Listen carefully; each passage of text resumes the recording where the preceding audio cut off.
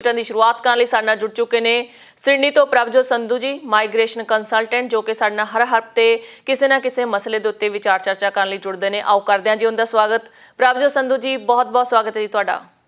ਜੀ ਇੰਡੋਜ਼ ਟੀਵੀ ਦੇਖ ਰਹੇ ਸਾਰੇ ਦਰਸ਼ਕਾਂ ਨੂੰ ਮੇਰੇ ਵੱਲੋਂ ਪਿਆਰ ਭਰੀ ਸਤਿ ਸ਼੍ਰੀ ਅਕਾਲ ਜੀ। ਪ੍ਰਭਜੋਤ ਸੰਧੂ ਜੀ, ਅੱਜ ਵੱਖ-ਵੱਖ ਦੇਸ਼ਾਂ ਦੇ ਮੁੱਦਿਆਂ ਦੇ ਉੱਤੇ ਵਿਚਾਰ ਚਰਚਾ ਕਰਾਂਗੇ, ਪਰ ਸਭ ਤੋਂ ਪਹਿਲਾਂ ਸ਼ੁਰੂਆਤ ਕਰਦੇ ਹਾਂ ਜੀ ਆਸਟ੍ਰੇਲੀਆ ਦੇ ਸੂਬੇ ਨਿਊ ਸਾਊਥ ਵੇਲਜ਼ ਦੀ। ਤੁਹਾਡੇ ਸੂਬੇ ਦੇ ਵਿੱਚ ਜਿਹੜਾ ਪ੍ਰੀਮੀਅਰ ਵੱਲੋਂ ਕਈ ਵਾਰੀ ਬਿਆਨ ਦਿੱਤੇ ਜਾਂਦੇ ਨੇ ਤੇ ਪ੍ਰਧਾਨ ਮੰਤਰੀ ਵੱਲੋਂ ਉਸ ਨੂੰ ਟਾਲ ਮਟੋਲ ਕਰ ਦਿੱਤਾ ਜਾਂਦਾ। ਚਲੋ ਦੇਰ ਆਏ ਦਰੁਸਤ ਆਏ ਕਿ ਪ੍ਰਧਾਨ ਮੰਤਰੀ ਨੇ ਵੀ ਹੁਣ ਇਹ ਕਹਿ ਦਿੱਤਾ ਕਿ 1 ਨਵੰਬਰ ਨੂੰ ਜਿਹੜੇ ਬਾਰਡਰ ਜ਼ਰੂਰ ਖੋਲ ਦਿੱਤੇ ਜਾਣਗੇ। ਉਸ ਦੇ ਬਾਰੇ ਜ਼ਰੂਰ ਜਾਣਨਾ ਪਾਓ ਕਿ ਕਿਹਨਾਂ ਲਈ ਇਹ ਬਾਰਡਰ ਖੁੱਲੇ ਨੇ, ਕਿਉਂਕਿ ਬਹੁਤ ਸਾਰੇ ਸਵਾਲ ਨੇ, ਸਟੂਡੈਂਟਸ ਦੇ ਸਵਾਲ ਨੇ ਜਾਂ ਪੈਰੈਂਟਸ ਦੇ ਸਵਾਲ ਨੇ, ਜਿਨ੍ਹਾਂ ਦਾ ਕੱਚੇ ਵੀਜ਼ੇ ਇੱਥੇ ਹੈਗੇ ਨੇ, ਟੂਰਿਸਟ ਦੇ ਸਵਾਲ ਨੇ, ਉਹਨਾਂ ਦੇ ਕਾਫੀ ਸਾਰੇ ਸਵਾਲ ਨੇ ਕਿ ਕੀ ਉਹ ਵੀ ਇਸ ਕੈਟਾਗਰੀ ਦੇ ਵਿੱਚ ਆਉਂਦੇ ਨੇ ਜਿਨ੍ਹਾਂ ਲਈ ਬਾਰਡਰ ਖੋਲੇ ਗਏ ਨੇ। ਦੇਖੋ, ਸਭ ਤੋਂ ਪਹਿਲਾਂ ਪਹਿਲ ਕੀਤੀ ਸੀ ਸਾਡੇ ਨਿਊ ਸਾਊਥ ਵੇਲ ਦੇ ਪ੍ਰੀਮੀਅਰ ਨੇ। ਨਵੇਂ ਪ੍ਰੀਮੀਅਰ ਬਣੇ ਸੀਗੇ ਤੇ ਉਹ ਨੈਚੁਰਲੀ ਪਪੂਲਰ ਵੀ ਹੋਣਾ ਚਾਹੁੰਦੇ ਸੀ। ਉਹਨਾਂ ਨੇ ਇਹ ਐਲਾਨ ਕੀਤਾ ਸੀ ਕਿ 1 ਨਵੰਬਰ ਤੋਂ ਬਾਅਦ, ਕਿਉਂਕਿ ਸਾਡੇ 80% ਤੋਂ ਵੱਧ ਲੋਕੀ ਡਬਲ ਡੋਜ਼ ਲੈ ਚੁੱਕੇ ਨੇ, ਇਸ ਕਰਕੇ ਸਾਡੇ ਖਤਰਾ ਜਿਹੜਾ ਆ ਉਹ ਕਾਫੀ ਘਟ ਗਿਆ ਆ ਕਿ 1 ਨਵੰਬਰ ਤੋਂ ਬਾਅਦ ਸਿਡਨੀ ਦਾ ਜਿਹੜਾ 에ਅਰਪੋਰਟ ਆ ਉਹ ਅੰਤਰਰਾਸ਼ਟਰੀ ਟਰੈਵਲਰਸ ਵਾਸਤੇ ਖੋਲ ਦਿੱਤਾ ਜਾਊਗਾ। ਤੇ ਸਾਡੇ ਵੱਲੋਂ ਅਸੀਂ ਨਿਊ ਸਾਊਥ ਵੇਲ ਸੂਬਾ ਉਹਨਾਂ ਨੂੰ ਜੀ ਆਇਆਂ ਕਹੂਗਾ।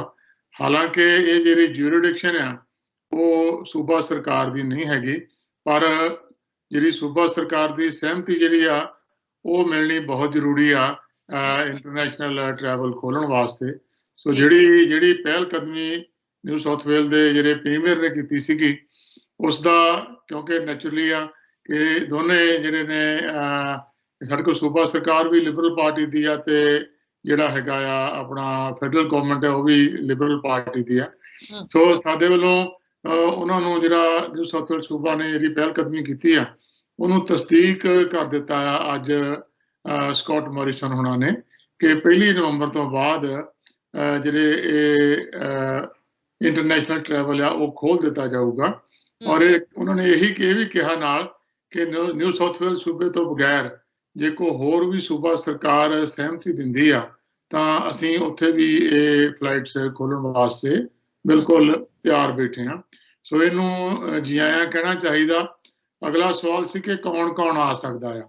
ਸੋ ਉਹਦੀ ਜਿਹੜੀ ਇਹਨਾਂ ਨੇ ਦਰਜਾਬੰਦੀ ਕੀਤੀ ਆ ਉਹਦੇ ਵਿੱਚ ਸਭ ਤੋਂ ਪਹਿਲਾਂ ਆਸਟ੍ਰੇਲੀਅਨ ਸਿਟੀਜ਼ਨਸ, ਉਸ ਤੋਂ ਬਾਅਦ ਆਸਟ੍ਰੇਲੀਅਨ ਜਿਹੜੇ ਨੇ ਪਰਮਾਨੈਂਟ ਰੈਜ਼ੀਡੈਂਟਸ ਉਹਨਾਂ ਨੂੰ ਅਲਾਓ ਕੀਤਾ ਗਿਆ ਆ, ਔਰ ਉਸ ਤੋਂ ਬਾਅਦ ਉਹਨਾਂ ਦੇ ਪਰਿਵਾਰਕ ਮੈਂਬਰ। ਪਰਿਵਾਰਕ ਮੈਂਬਰਾਂ ਦੇ ਵਿੱਚ ਪਿਛਲੇ ਦਿਨੀ ਜਿਹੜੇ ਪਰਮਾਨੈਂਟ ਰੈਜ਼ੀਡੈਂਟ ਦੇ ਸਿਟੀਜ਼ਨਸ ਨੇ ਉਹਨਾਂ ਦੇ ਮਾਪਿਆਂ ਨੂੰ ਸ਼ਾਮਲ ਕਰ ਦਿੱਤਾ ਗਿਆ ਸੀ। ਪਰ ਮੈਂ ਸਪਸ਼ਟ ਕਰ ਦੇਣਾ ਚਾਹੁੰਦਾ ਕਿ ਜਿਹੜਾ ਮਾਪਿਆਂ ਨੂੰ ਆਟੋਮੈਟਿਕਲੀ ਉਹਨਾਂ ਨੂੰ ਗ੍ਰਾਂਟ ਨਹੀਂ ਹੋਣਾ, ਉਹਨਾਂ ਨੂੰ ਐਗਜ਼ੈਂਪਸ਼ਨ ਜਿਹੜੀ ਆ ਉਹ ਅਪਲਾਈ ਕਰਨੀ ਪੈਣੀ ਆ। ਅਦਰਵਾਈਜ਼ ਜਿਹੜੀ 에ਅਰਲਾਈਨ ਆ ਉਹਨਾਂ ਨੂੰ ਕਿਸ ਤਰ੍ਹਾਂ ਪਤਾ ਲੱਗੂਗਾ ਕਿ ਉਹ ਕਿਸੇ ਪਰਮਾਨੈਂਟ ਰੈਜ਼ੀਡੈਂਟ ਦੇ ਪੇਰੈਂਟਸ ਹੈਗੇ ਨੇ। ਸੋ ਟਰੈਵਲ ਐਗਜ਼ੈਂਪਸ਼ਨ ਵਾਸਤੇ ਜਿਹੜੇ ਮਾਪਿਆਂ ਦੇ ਕੋਲੇ ਆਲਰੇਡੀ ਵੀਜ਼ਾ ਹੈਗਾ ਆ ਤੇ ਉਹਨਾਂ ਕੋਲੇ ਟਿਕਟ 1 ਨਵੰਬਰ ਤੋਂ ਬਾਅਦ ਦੀ ਖਰੀਦਣਾ ਚਾਹੁੰਦੇ ਨੇ, ਉਹਨਾਂ ਨੂੰ ਐਗਜ਼ੈਂਪਸ਼ਨ ਅਪਲਾਈ ਕਰਕੇ ਤੇ ਟਿਕਟ ਜਿਹੜੀ ਆ ਉਹ ਖਰੀਦ ਲੈਣੀ ਚਾਹੀਦੀ ਆ। ਇਸ ਤੋਂ ਬਾਅਦ ਅਗਲਾ ਕੰਸਰਨ ਸੀਗਾ ਕਿ ਹੌਸਪਿਟੈਲਿਟੀ ਇੰਡਸਟਰੀ ਦੇ ਵਿੱਚ ਜਿਹੜੇ ਕਾਮਿਆਂ ਦੀ ਬੜੀ ਘਾਟ ਮਹਿਸੂਸ ਕੀਤੀ ਜਾ ਰਹੀ ਆ। ਔਰ ਜਿਹੜੇ ਸਕਾਟ ਮੋਰਿਸਨ ਉਹਨਾਂ ਨੇ ਕਿਹਾ ਆ ਕਿ ਅਸੀਂ ਇਸ ਵਾਸਤੇ ਸਾਨੂੰ ਜਾਣਕਾਰੀ ਹੈਗੀ ਆ ਕਿ ਉਹ ਡਿਫੀਕਲਟੀ ਵਿੱਚੋਂ ਗੁਜ਼ਰ ਰਹੇ ਨੇ ਤੇ ਅਸੀਂ ਹੌਲੀ ਜਿਹੜੇ ਹੌਲੀਡੇ ਵੀਜ਼ਾ ਵਾਲੇ ਨੇ ਜਾਂ ਜਿਹੜੇ ਟੈਂਪਰੇਰੀ ਵੀਜ਼ਾ ਵਾਲੇ ਨੇ ਉਹਨਾਂ ਨੂੰ ਅਸੀਂ ਅਲਾਓ ਕਰਾਂਗੇ। ਔਰ ਉਸ ਤੋਂ ਬਾਅਦ ਜਾ ਕੇ ਫਿਰ ਅਸੀਂ ਜਿਹੜੇ ਨੇ ਨਵੰਬਰ ਦੇ ਅਖੀਰ ਦੇ ਵਿੱਚ ਜਾਂ ਦਸੰਬਰ ਦੇ ਕਿਸੇ ਪਹਿਲੇ ਹਫ਼ਤੇ ਜਿਹੜੇ ਨੇ ਵਿਦਿਆਰਥੀਆਂ ਦੇ ਵਾਸਤੇ ਵਿਚਾਰ ਕੀਤੀ ਜਾ ਸਕਦੀ ਆ। ਉਸ ਤੋਂ ਬਾਅਦ ਜਾ ਕੇ ਕਿਤੇ ਵਾਰੀ ਹੋਣੀ ਜਿਹੜੇ ਜਨਰਲ ਟਰੈਵਲਰਸ ਨੇ, ਜਿਹੜੇ ਟੂਰਿਜ਼ਮ ਪਰਪਸ ਵਾਲੇ ਆ। ਪਰ ਜੇ ਕੁੱਲ ਮਿਲਾ ਕੇ ਆਪਾਂ ਵੈਕਸੀਨੇਸ਼ਨ ਦੇ ਹਾਲਾਤ ਦੇਖੀਏ ਤਾਂ ਉਮੀਦ ਕੀਤੀ ਜਾਂਦੀ ਹੈ ਕਿ ਕ੍ਰਿਸਮਸ ਦੇ ਨੇੜੇ ਤੇੜੇ ਜਿਹੜੇ ਉਹ ਰੌਣਕਾਂ ਜਿਹੜੀਆਂ ਦੁਬਾਰਾ ਪਰਤ ਆਉਣਗੀਆਂ। ਸੰਧੂ ਸਾਹਿਬ, ਇੱਕ ਵਾਰੀ ਫਿਰ ਤੋਂ ਮੈਂ ਤੁਹਾਡੇ ਤੋਂ ਇਹ ਕੁਐਸਚਨ ਕਰਨਾ ਚਾਹਾਂਗੀ ਕਿ ਪੈਰੈਂਟਸ ਨੂੰ ਜਿਹੜਾ ਵੀਜ਼ਾ ਦਾ ਸਰਕਾਰ ਨੇ ਕਿਹਾ ਹੈ ਕਿ ਕੀ ਜਿਹੜੇ ਇੱਧਰ ਦੇ ਪਰਮਾਨੈਂਟ ਸਿਟੀਜ਼ਨ ਹੈਗੇ ਨੇ ਉਹ ਆਪਣੇ ਪੈਰੈਂਟਸ ਲਈ ਹੁਣ ਇਸ ਸਮੇਂ ਜੇਕਰ ਵੀਜ਼ਾ ਅਪਲਾਈ ਕਰ ਸਕਣ 1 ਨਵੰਬਰ ਤੋਂ ਬਾਅਦ ਦਾ, ਕੀ ਉਹਨਾਂ ਨੂੰ ਵੀਜ਼ਾ ਨਹੀਂ ਮਿਲੂਗਾ? ਨਹੀਂ ਜੀ, ਬਿਲਕੁਲ ਵੀਜ਼ਾ ਅਪਲਾਈ ਕਰ ਸਕਦੇ ਨੇ। ਜਿਹੜੇ ਪੇਰੈਂਟਸ ਆਪਣੇ ਪਰਮਾਨੈਂਟ ਰੈਜ਼ੀਡੈਂਟ ਜਾਂ ਸਿਟੀਜ਼ਨਸ ਨੇ ਉਹ ਆਪਣੇ ਪੇਰੈਂਟਸ ਦੀ ਵੀਜ਼ਾ ਐਪਲੀਕੇਸ਼ਨ ਲਾ ਸਕਦੇ ਨੇ, ਕਿਉਂਕਿ 1 ਨਵੰਬਰ ਤੋਂ ਬਾਅਦ ਉਹਨਾਂ ਨੂੰ ਪਰਮਿਸ਼ਨ ਦੇ ਦਿੱਤੀ ਜਾਣੀ ਆ। ਉਹ ਜੇ ਉਹਨਾਂ ਨੇ ਅੱਜ ਦੀ ਤਰੀਕ ਦੇ ਵਿੱਚ ਵੀਜ਼ਾ ਐਪਲੀਕੇਸ਼ਨ ਲਾਉਣੀ ਆ ਤਾਂ ਉਹਨਾਂ ਨੂੰ ਵੀਜ਼ਾ ਐਪਲੀਕੇਸ਼ਨ ਦੇ ਨਾਲ ਹੀ ਟਰੈਵਲ ਐਗਜ਼ੈਂਪਸ਼ਨ ਵੀ ਅਪਲਾਈ ਕਰ ਦੇਣੀ ਚਾਹੀਦੀ ਆ, ਕਿਉਂਕਿ ਜਿਨ੍ਹਾਂ ਦੀ ਟਰੈਵਲ ਐਗਜ਼ੈਂਪਸ਼ਨ ਗ੍ਰਾਂਟ ਹੋ ਜਾਏਗੀ ਉਹਨਾਂ ਦੇ ਵੀਜ਼ਾ ਐਪਲੀਕੇਸ਼ਨਸ ਨੂੰ ਪਹਿਲ ਦੇ ਆਧਾਰ ਦੇ ਉੱਤੇ ਵਿਚਾਰਿਆ ਜਾਣਾ ਜਿਹੜਾ ਆ ਉਹ ਸਮਝਿਆ ਜਾ ਰਿਹਾ ਕਿ ਉਹਨਾਂ ਨੂੰ ਪਹਿਲ ਦੇ ਆਧਾਰ ਤੇ ਵਿਚਾਰਿਆ ਜਾਵੇਗਾ। ਸੋ ਜੇ ਤੁਸੀਂ ਤੁਹਾਡੇ ਮਾਪਿਆਂ ਕੋਲ ਵੀਜ਼ਾ ਨਹੀਂ ਹੈਗਾ ਤਾਂ ਤੁਹਾਨੂੰ ਵੀਜ਼ਾ ਅਪਲਾਈ ਕਰਕੇ ਨਾਲ ਦੀ ਨਾਲ ਟਰੈਵਲ ਐਗਜ਼ੈਂਪਸ਼ਨ ਅਪਲਾਈ ਕਰ ਦੇਣੀ ਚਾਹੀਦੀ ਆ, ਤਾਂ ਕਿ ਰਿਕਾਰਡ ਦੇ ਵਿੱਚ ਤੁਸੀਂ ਉਸ ਲਾਈਨ ਦੇ ਵਿੱਚ ਲੱਗ ਜਾਓ ਜਿਹਨਾਂ ਮਾਪਿਆਂ ਨੂੰ ਵੀਜ਼ਾ ਦਿੱਤਾ ਜਾਣਾ। ਜੀ ਜੀ, ਗੱਲ ਕਰਦੇ ਹਾਂ ਜੀ ਵੁਲਨਗੋਂਗ ਦੀ। ਕੱਲ ਬੜਾ ਭਿਆਨਕ ਹਾਦਸਾ ਹੋਇਆ ਜੀ, ਜਿਹਦੇ ਵਿੱਚ ਗੱਡੀਆਂ ਆਪਣੀ ਪਟੜੀ ਤੋਂ ਥੱਲੇ ਉਤਰੀਆਂ ਨੇ। ਰੇਲ ਗੱਡੀਆਂ ਦੀ ਗੱਲ ਕਰਦੀ ਹਾਂ ਜੀ ਮੈਂ। ਕੀ ਕਾਰਨ ਸਨ, ਕੀ ਤੁਹਾਨੂੰ ਇਸ ਘਟਨਾ ਬਾਰੇ ਪਤਾ ਤੇ ਕਿਸ ਤਰ੍ਹਾਂ ਦੀ ਜਾਂਚ ਚੱਲ ਰਹੀ ਹੈ ਹੁਣ? ਦੇਖੋ, ਇਹ ਜਾਂਚ ਏਜੰਸੀਆਂ ਉਸ ਦੀ ਜਾਂਚ ਕਰ ਰਹੀਆਂ ਨੇ। ਜਿਵੇਂ ਕਹਿੰਦੇ ਨੇ ਕਿ ਇਡੀਅਟਸ ਹਰ ਜਗ੍ਹਾ ਦੇ ਉੱਤੇ ਹੁੰਦੇ ਨੇ, ਇਹਨਾਂ ਦਾ ਕੋਈ ਵੱਖਰਾ ਖਿੱਤਾ ਨਹੀਂ ਹੈਗਾ ਕਿ ਸਿਰਫ ਉਸੇ ਖਿੱਤੇ 'ਚ ਹੀ ਆ। ਇੱਥੇ ਵੀ ਇਹੀ ਹੋਇਆ ਕਿ ਕੰਬਲਾ ਦੇ ਵਿੱਚ ਕਿਸੇ ਸਟੂਪਿਡ ਬੰਦੇ ਨੇ ਜਿਹੜੀ ਚੋਰੀ ਦੀ ਕਾਰ ਆ ਉਹਨੂੰ ਰੇਲਵੇ ਲਾਈਨਾਂ ਦੇ ਉੱਤੇ ਛੱਡ ਦਿੱਤਾ। ਇਹ ਸਮਝਿਆ ਜਾਂਦਾ ਹੈ ਕਿ ਉਹ ਜਾਣਬੁੱਝ ਕੇ ਛੱਡਿਆ ਗਿਆ ਤਾਂ ਕਿ ਨੁਕਸਾਨ ਪਹੁੰਚਾਇਆ ਜਾ ਸਕੇ। ਇਹ ਇਸ ਗੱਲ ਦੀ ਅਜੇ ਪੜਤਾਲ ਚੱਲ ਰਹੀ ਆ ਕਿ ਉਹ ਚੋਰੀ ਤੋਂ ਕਾਰ ਕਿਹਨੇ ਕੀਤੀ ਸੀ, ਉਹ ਬੰਦੇ ਕੌਣ ਸੀਗੇ, ਉਹਨਾਂ ਦੀ ਮਨਸ਼ਾ ਕੀ ਸੀਗੀ। ਪਰ ਹਾਲ ਦੀ ਘੜੀ ਸੁੱਖ ਵਾਲੀ ਖਬਰ ਇਹ ਆ ਕਿ ਕੋਈ ਜ਼ਿਆਦਾ ਨੁਕਸਾਨ ਨਹੀਂ ਹੋਇਆ। ਮਾਮੂਲੀ ਸੱਟਾਂ ਲੱਗੀਆਂ ਨੇ ਤਿੰਨ ਪੈਸੇਂਜਰਸ ਨੂੰ, ਤੇ ਡਰਾਈਵਰ ਨੂੰ ਜਿਹੜਾ ਮੈਂਟਲ ਟਰਾਮੇ ਦੇ ਨਾਲ ਫਿਜ਼ੀਕਲ ਸੱਟਾਂ ਵੀ ਲੱਗੀਆਂ ਨੇ, ਜਿਹੜੇ ਕਿ ਜ਼ੇਰੇ ਇਲਾਜ ਚੱਲ ਰਹੇ ਨੇ, ਉਹਨਾਂ ਦਾ ਇਲਾਜ ਹੋ ਰਿਹਾ ਆ। ਔਰ ਇਹਦਾ ਜਿਹੜਾ ਉਸ ਤੋਂ ਅਗਲਾ ਨੁਕਸਾਨ ਹੋਇਆ ਆ ਕਿ ਨੇੜਲੇ ਇਲਾਕੇ ਦੀਆਂ ਜਿਹੜੀਆਂ ਨੇ ਬਿਜਲੀ ਦੀਆਂ ਤਾਰਾਂ ਨੇ ਉਹ ਵੀ ਡਿੱਗ ਪਈਆਂ ਨੇ। ਸੋ ਉਹਨਾਂ ਨੂੰ ਦੁਬਾਰਾ ਤੋਂ ਰਿਪੇਅਰ ਕਰਕੇ ਤੇ ਜਿਹੜੇ ਵਰਕਰਸ ਹੈਗੇ ਨੇ ਉਹ ਬੜੀ ਜਲਦੀ ਨਾਲ ਕੋਸ਼ਿਸ਼ ਕਰ ਰਹੇ ਨੇ ਕਿ ਉਹਨੂੰ ਮੁੜ ਤੋਂ ਦੁਬਾਰਾ ਰੇਲਵੇ ਲਾਈਨ ਨੂੰ ਚਾਲੂ ਕੀਤਾ ਜਾ ਸਕੇ। ਸੰਧੂ ਸਾਹਿਬ, ਟਰੈਵਲਸ ਲਈ ਬਹੁਤ ਔਖਾ ਹੋ ਗਿਆ ਜੀ, ਕਿਉਂਕਿ ਜਿਨ੍ਹਾਂ ਨੇ ਉਸ ਲਾਈਨ ਜਾਂ ਉਸ ਵੱਲ ਨੂੰ ਟਰੈਵਲ ਕਰਨਾ ਉਹਨਾਂ ਲਈ ਫਿਰ ਲੰਬੀ ਕਤਾਰ ਦਾ ਜਿਹੜਾ ਹੈਗਾ ਉਹਨਾਂ ਨੂੰ ਸਾਹਮਣਾ ਕਰਨਾ ਪਵੇਗਾ। ਜੀ ਜੀ, ਜਿਹੜੇ ਆਮ ਸਧਾਰਨ ਲੋਕ ਉਹਦੇ ਤੇ ਟਰੈਵਲ ਕਰਦੇ ਸੀ ਉਹ ਉਹਨਾਂ ਵਾਸਤੇ ਬੜੀ ਮੁਸ਼ਕਲ ਦੀ ਘੜੀ ਹੈ, ਕਿਉਂਕਿ ਇੱਕ ਵਾਰ ਜਦੋਂ ਸਿਸਟਮ ਦੇ ਵਿੱਚੋਂ ਤਬਦੀਲੀ ਆਉਂਦੀ ਆ ਤਾਂ ਉਹ ਸਾਰਾ ਕੁਝ ਹੀ ਗੜਬੜਾ ਜਾਂਦਾ। ਜਿੰਨੀਆਂ ਬਾਕੀ ਦੇ ਟਾਈਮ ਟੇਬਲ ਆ ਰੇਲਵੇ ਲਾਈਨ ਦੇ ਉਹ ਵੀ ਅਪਸੈਟ ਹੋਣਗੇ, ਉਹਦੇ ਨਾਲ ਜਿਹੜੇ ਆਉਣ ਵਾਲੇ ਲੋਕ ਜਿਨ੍ਹਾਂ ਨੇ ਪਲਾਨ ਕੀਤਾ ਹੋਇਆ ਹੁੰਦਾ ਆ ਉਹਨਾਂ ਦੀ ਵੀ ਟਰੈਵਲ ਦੀ ਜਿਹੜੀ ਵਿੱਚ ਵਿਘਨ ਪਊਗਾ। ਬਟ ਇਹ ਕੀ ਕਹਿੰਦੇ ਆ ਕਿ ਮੂਰਖਾਂ ਦੇ ਕੋਈ ਸਿੰਘ ਨਹੀਂ ਹੁੰਦੇ, ਤੇ ਮੂਰਖ ਜੇ ਸਿੰਘਾਂ ਵਾਲੇ ਹੁੰਦੇ ਫਿਰ ਦਿਸ ਪੈਣ। ਬਟ ਸਾਡੇ ਹਰ ਜਗ੍ਹਾ ਤੇ ਮੂਰਖ ਲੱਭਦੇ ਨੇ, ਕਿਸੇ ਮੂਰਖ ਨੇ ਕਾਰਨਾਮਾ ਕੀਤਾ ਆ ਜਿਸਦਾ ਸਾਰਿਆਂ ਨੂੰ ਆਪਾਂ ਨੂੰ ਖਮਿਆਜਾ ਭੁਗਤਣਾ ਪੈ ਰਿਹਾ। ਸੰਧੂ ਸਾਹਿਬ, ਮਹਿਜ਼ਬੀਨ ਹਕੀਮੀ ਵਾਲੀਬਾਲ ਦੀ ਖਿਡਾਰਨ ਅਫਗਾਨਿਸਤਾਨ ਦੀ, ਜਿਹਦਾ ਸਿਰ ਕਲਮ ਕਰ ਦਿੱਤਾ ਗਿਆ ਹੈ। ਬੜੀ ਸ਼ਰਮਨਾਕ ਘਟਨਾ ਹੈ ਜੀ ਕਿ ਤਾਲਿਬਾਨ ਲੜਾਕਿਆਂ ਵੱਲੋਂ ਉਸ ਦਾ ਸਿਰ ਧੜ ਨਾਲੋਂ ਵੱਖ ਕਰ ਦਿੱਤਾ ਗਿਆ ਹੈ। ਬੜੀ ਸ਼ਾਨਦਾਰ ਖਿਡਾਰਨ ਸੀ ਜੀ, ਤੇ ਧਮਕੀ ਵੀ ਦਿੱਤੀ ਗਈ ਘਰਦਿਆਂ ਨੂੰ ਕਿ ਜੇਕਰ ਤੁਸੀਂ ਬਾਹਰ ਗੱਲ ਕੱਢੀ ਤਾਂ ਪੂਰੇ ਪਰਿਵਾਰ ਨੂੰ ਉਡਾ ਦਿੱਤਾ ਜਾਵੇਗਾ। ਦੇਖੋ, ਇਹ ਬਹੁਤ ਮੰਦਭਾਗੀ ਗੱਲ ਆ ਕਿ ਅਫਗਾਨਿਸਤਾਨ ਦੇ ਜਿਹੜੇ ਤਾਲਿਬਾਨ ਆ ਉਹ ਅਜੇ ਵੀ ਮੱਧ ਯੁੱਗ ਦੇ ਵਿੱਚ ਜੀ ਰਹੇ ਨੇ। ਜਿਹੜੀ ਸਮੇਂ ਨਾਲ ਤਬਦੀਲੀ ਆਈ ਆ ਉਹਨਾਂ ਨੇ ਸੱਭਿਆਚਾਰ ਨੇ ਐਕਸੈਪਟ ਨਹੀਂ ਕੀਤਾ, ਔਰ ਅਜੇ ਵੀ ਸਾਰਿਆਂ ਨੂੰ ਆਪਣੇ ਮੱਧ ਯੁੱਗ ਵੱਲ ਲੈ ਜਾਣਾ ਚਾਹੁੰਦੇ ਨੇ। ਉਹੀ ਔਰਤਾਂ ਦੀ ਜਿਹੜੀ ਆ, ਔਰਤਾਂ ਨੂੰ ਸਿਰਫ ਇੱਕ ਬੱਚੇ ਜੰਮਣ ਵਾਲੀ ਮਸ਼ੀਨ ਸਮਝਦੇ ਨੇ ਜਾਂ ਰੋਟੀ ਪਾਉਣ ਵਾਲੀ ਮਸ਼ੀਨ ਸਮਝਦੇ ਨੇ। ਉਹਨਾਂ ਦੇ ਵਾਸਤੇ ਉਹਨਾਂ ਨੂੰ ਇਨਸਾਨ ਨਹੀਂ ਸਮਝਿਆ ਜਾਂਦਾ। ਸੋ ਜਿਹੜੀਆਂ ਔਰਤਾਂ ਨੇ, ਜਿਹੜੀਆਂ ਧੀਆਂ ਨੇ ਅਫਗਾਨਿਸਤਾਨ ਦੇ ਵਿੱਚ ਜਨਮ ਲਿਆ ਆ, ਸਾਡੀ ਉਹਨਾਂ ਦੇ ਨਾਲ ਹਮਦਰਦੀ ਆ, ਉਹਨਾਂ ਦੇ ਬੇਬਸੀ ਆ ਉਹਨਾਂ ਦੀ। ਇਹ ਇੱਕ ਯੰਗ ਨੌਜਵਾਨ, ਮੈਂ ਕਹੂੰਗਾ ਕਿ ਬੜੀ ਪ੍ਰੋਮਿਸਿੰਗ ਖਿਡਾਰਨ ਸੀਗੀ ਵਾਲੀਬਾਲ ਦੀ। ਉਹਨਾਂ ਦੀ ਜੂਨੀਅਰ ਨੈਸ਼ਨਲ ਟੀਮ ਦੀ ਖਿਡਾਰਨ ਸੀਗੀ, ਜਿਸ ਦਾ ਕਿ ਸਿਰ ਕਲਮ ਸਿਰਫ ਇਸੇ ਕਰਕੇ ਕਰ ਦਿੱਤਾ ਗਿਆ ਕਿ ਉਹ ਖਿਡਾਰਨ ਸੀ, ਉਹ ਖੇਡਦੀ ਸੀ। ਔਰ ਉਸ ਦੇ ਨਾਲ ਇਹ ਕਿਤੇ ਅਕਤੂਬਰ ਦੇ ਪਹਿਲੇ ਹਫ਼ਤੇ ਦੀ ਇਹ ਖੇਡ ਹੈਗੀ ਆ। ਬਟ ਉਸ ਤੋਂ ਬਾਅਦ ਉਹਦੇ ਪਰਿਵਾਰ ਨੂੰ ਧਮਕੀ ਦਿੱਤੀ ਗਈ ਕਿ ਜੇ ਗੱਲ ਬਾਹਰ ਕੱਢੀ ਤੇ ਸਾਰਾ ਪਰਿਵਾਰ ਉਡਾ ਦਿੱਤਾ ਜਾਏਗਾ। ਜਦੋਂ ਇਹ ਗੱਲ ਫੈਲੀ ਆ ਉਹਦੇ ਨਾਲ ਸਾਰੇ ਮੁਲਕਾਂ ਦੇ ਵਿੱਚ, ਸਾਰੇ ਵਰਲਡ ਦੇ ਵਿੱਚ ਬੜੀ ਚਿੰਤਾ ਦੀ ਲਹਿਰ ਦੌੜੀ ਆ ਕਿ ਉੱਥੋਂ ਦੀਆਂ ਔਰਤਾਂ ਦੀ ਜਿਹੜੀ ਜ਼ਿੰਦਗੀ ਆ ਉਹ ਬਹੁਤ ਹੀ ਨੀਵੇਂ ਦਰਜੇ ਨਾਲ ਜਿਹੜੀ ਆ ਹਾਲ ਦੀ ਘੜੀ ਉਹਨਾਂ ਦੇ ਤਾਲਿਬਾਨ ਦੇ ਆਉਣ ਨਾਲ ਗੁਜ਼ਰ ਰਹੀ ਆ। ਉਹਨਾਂ ਵਾਸਤੇ ਦੁਆ ਕੀਤੀ ਜਾ ਸਕਦੀ ਆ ਕਿ ਜਾਂ ਤਾਂ ਉਹਨਾਂ ਤਾਲਿਬਾਨੀਆਂ ਨੂੰ ਰੱਬ ਸਮਤ ਬਖਸ਼ੇ ਔਰ ਜਾਂ ਫਿਰ ਰੱਬ ਜਿਹੜਾ ਹੈ ਉੱਥੇ ਧੀਆਂ ਦਾ ਜੰਮਣਾ ਬੰਦ ਕਰ ਦੇਵੇ।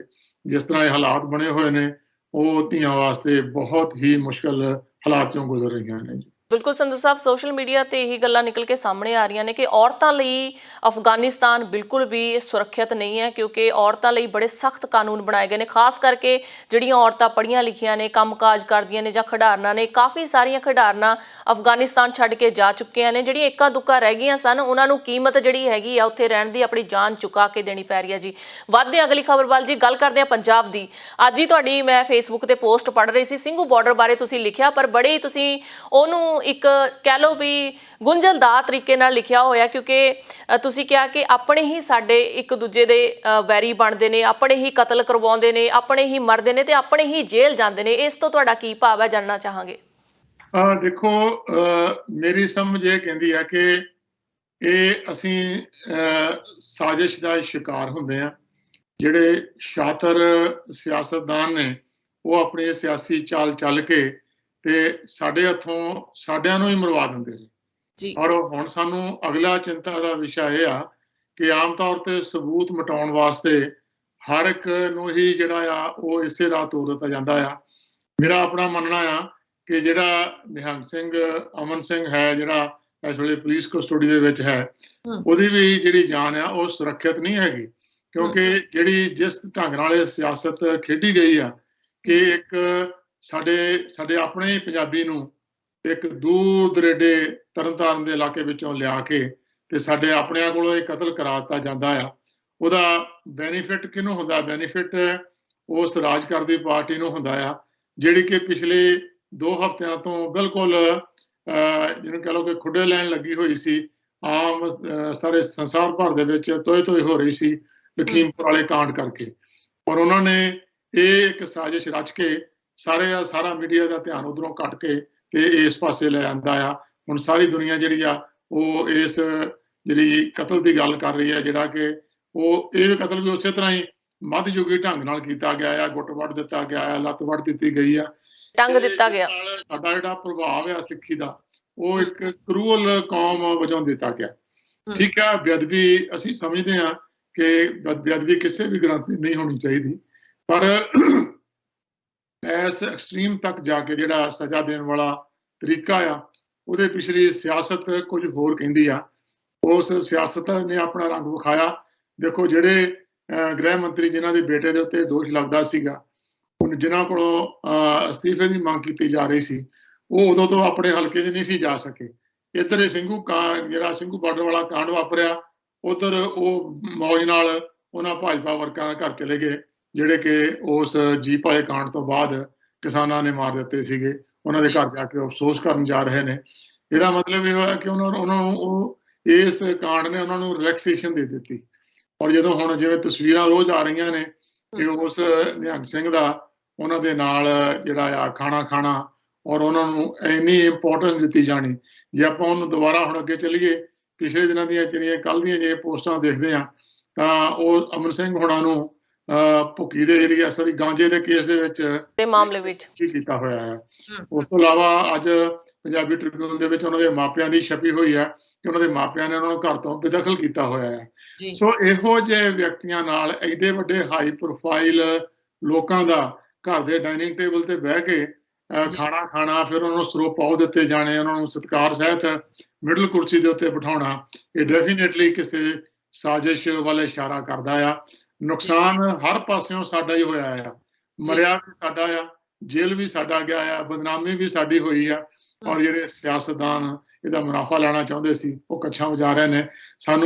ਅਸੀਂ ਜੇ ਫੇਸਬੁੱਕ ਤੇ ਵੇਖੀਏ ਜਾਂ ਸੋਸ਼ਲ ਮੀਡੀਆ ਤੇ ਵੇਖੀਏ, ਸਾਡੇ ਆਪਣਿਆਂ ਨੂੰ ਹੀ ਗਾਲਾਂ ਕੱਢ ਰਹੇ ਨੇ, ਆਪਣੇ ਦੀਆਂ ਧੀਆਂ ਭੈਣਾਂ ਪੁੰਨ ਰਹੇ ਨੇ, ਜਿਹੜਾ ਕਿ ਬਹੁਤ ਮੰਦਭਾਗਾ ਆ। ਇਹਦਾ ਬੈਨੀਫਿਸ਼ਰੀ ਕੌਣ ਆ? ਸਾਨੂੰ ਇਹ ਵੀ ਵੇਖਣਾ ਪਊਗਾ ਨਾ। ਜੇ ਹੁਣ ਵੇਖਿਆ ਜਾਵੇ, ਇੱਕ ਵਿਅਕਤੀ 50 ਰੁਪਏ ਦਾ ਆਪਣੀ ਭੈਣ ਤੋਂ ਰੋਟੀ ਵਾਸਤੇ ਮੰਗ ਰਿਹਾ ਆ, ਉਹ 50 ਰੁਪਈਆਂ ਦੇ ਵਿੱਚ 650 ਕਿਲੋਮੀਟਰ ਦਾ ਸਫ਼ਰ ਕਿਸ ਤਰ੍ਹਾਂ ਤੈਅ ਕਰ ਆਇਆ? ਔਰ ਜੇ ਉਸਦੀ ਨੀਅਤ ਵਾਕਿਆ ਹੀ ਬੇਅਦਬੀ ਕਰਨ ਦੀ ਨੀਅਤ ਹੀ ਸੀ ਤਾਂ ਉਹਨੇ ਕੋਈ ਸੇਫ ਜਗ੍ਹਾ ਲੱਭਣੀ ਸੀ ਜਿੱਥੇ ਘੱਟ ਉਹਨੂੰ ਖਤਰਾ ਹੋਵੇ। ਉਹ ਇਸ 650 ਕਿਲੋਮੀਟਰ ਦੇ ਵਿੱਚ 500 ਗੁਰਦੁਆਰੇ ਆਉਂਦੇ ਹੋਣੇ ਆ, ਤੇ ਉਹਨੇ 650 ਕਿਲੋਮੀਟਰ ਦਾ ਪੈਂਡਾ ਤੈਅ ਕਰਕੇ ਆਣ ਕੇ ਉਹੋ ਹੀ ਗੁਰਦੁਆਰਾ ਕਿਉਂ ਚੁਣਿਆ? ਜਿੱਥੇ ਕਿ ਚਾਰ ਚਫੇਰੇ ਤਲਵਾਰਾਂ ਦੀ ਜਿਹੜੀ ਛਾਂ ਆ, ਉੱਥੇ ਉਹਨੂੰ ਪਤਾ ਸੀ ਕਿ ਮੈਨੂੰ ਕਿਸੇ ਵੇਲੇ ਵੀ ਮਾਰਿਆ ਜਾ ਸਕਦਾ। ਸੋ ਇਹ ਡੂੰਘੀ ਸਾਜ਼ਿਸ਼ ਆ। ਕੱਲ ਸਾਡੇ ਗ੍ਰਹਿ ਮੰਤਰੀ ਆ ਸੁਖਜਿੰਦਰ ਸਿੰਘ ਰੰਧਾਵਾ, ਉਹਨਾਂ ਨੇ ਇਸ ਦੀ ਜਾਂਚ ਦੇ ਆਦੇਸ਼ ਦਿੱਤੇ ਨੇ। ਆਉਣ ਵਾਲੇ ਦਿਨਾਂ ਵਿੱਚ ਦੇਖਦੇ ਹਾਂ ਕਿ ਕੀ ਨਿਕਲਦਾ ਆ। ਹਾਲ ਦੀ ਘੜੀ ਸਾਡਾ ਜਿਹੜਾ ਆ ਅੰਤਰਰਾਸ਼ਟਰੀ ਪੱਧਰ ਦੇ ਉੱਤੇ ਸਾਡੀ ਜਿਹੜੀ ਚਰਚਾ ਹੋਈ ਆ, ਉਹਦੇ ਸਾਨੂੰ ਬਹੁਤ ਨੁਕਸਾਨ ਹੋਇਆ ਜੀ। ਜੀ, ਪੰਜਾਬ ਸਰਕਾਰ ਨੇ ਜਾਂਚ ਲਈ ਜੀ ਸਿੱਟ ਬਣਾਈ ਆ ਜੀ। ਏਡੀਪੀ ਜਿਹੜੇ ਵਰਿੰਦਰ ਕੁਮਾਰ ਹੈਗੇ ਨੇ ਜੀ, ਉਹ ਇਹਨਾਂ ਦੇ ਮੁਖੀ ਹੋਣਗੇ। ਆਉਣ ਵਾਲਾ ਸਮਾਂ ਦੱਸੇਗਾ ਕਿ ਕੀ ਨਿਕਲ ਕੇ ਸਾਹਮਣੇ ਆਉਂਦਾ। ਬਹੁਤ ਬਹੁਤ ਸ਼ੁਕਰੀਆ ਸੰਧੂ ਸਾਹਿਬ ਸਾਰੀ ਜਾਣਕਾਰੀ ਦੇ ਲਈ। ਜੀ, ਸਤਿ ਸ਼੍ਰੀ ਅਕਾਲ, ਸਤਿ ਸ਼੍ਰੀ ਅਕਾਲ। ਦਰਸ਼ਕੋ, ਸਮਾਂ ਹੋ ਚੱਲਿਆ ਤੁਹਾਡੇ ਤੋਂ ਵੀ ਇਜਾਜ਼ਤ ਲੈਣ ਦਾ। ਨਵੀਆਂ ਤੇ ਤਾਜ਼ਾ ਖਬਰਾਂ ਲਈ ਦੇਖਦੇ ਰਹੋ ਇੰਡਸਟਰੀ ਆਸਟ੍ਰੇਲੀਆ। ਧੰਨਵਾਦ।